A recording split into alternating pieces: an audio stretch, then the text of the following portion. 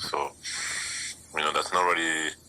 I never tried to chase that, but once I knew that I had 9, I was like, okay, let's go for it. Eric Walden, Salt Lake Tribune.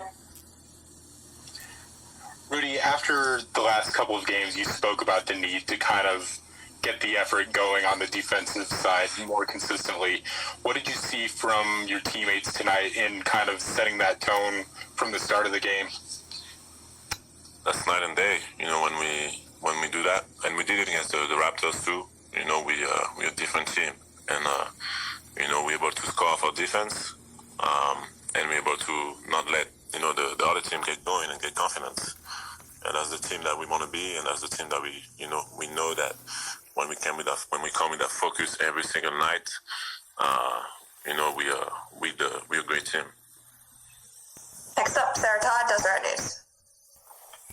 Rudy, I've got to imagine that some of your teammates were hyping you up, trying to get that last rebound. Who were maybe the main culprits that were cheering you on in that?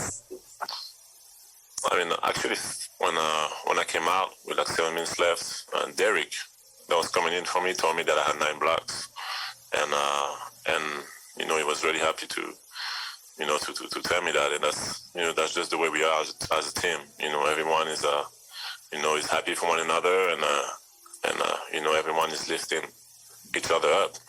So it's just fun. It's just fun to be part of a group that cares about one another, and I think that's really our strength as a team. Of course, basketball skills is important, but having a great group of guys is I think what separates a good team from a championship team. David James, KTV. You've won back-to-back games now for the first time since the All-Star break, and you've got the Nets coming in Wednesday. How much are you looking forward to playing Brooklyn, even though they're going to be shorthanded? It's a very talented team, obviously. For us, it's just one game at a time. We got to go home from this long road trip, get used to the attitude again, and get ready for another great defensive game. And, we know that Brooklyn, whether, who sits, who doesn't sit, we know that they're always going to have talent on the floor, and, it's going to be a great challenge for us. Last question, Leonardo Torres out of Peru. Hi, Rudy. It's Leonardo Torres from Peru. Congrats on the win and the big performance.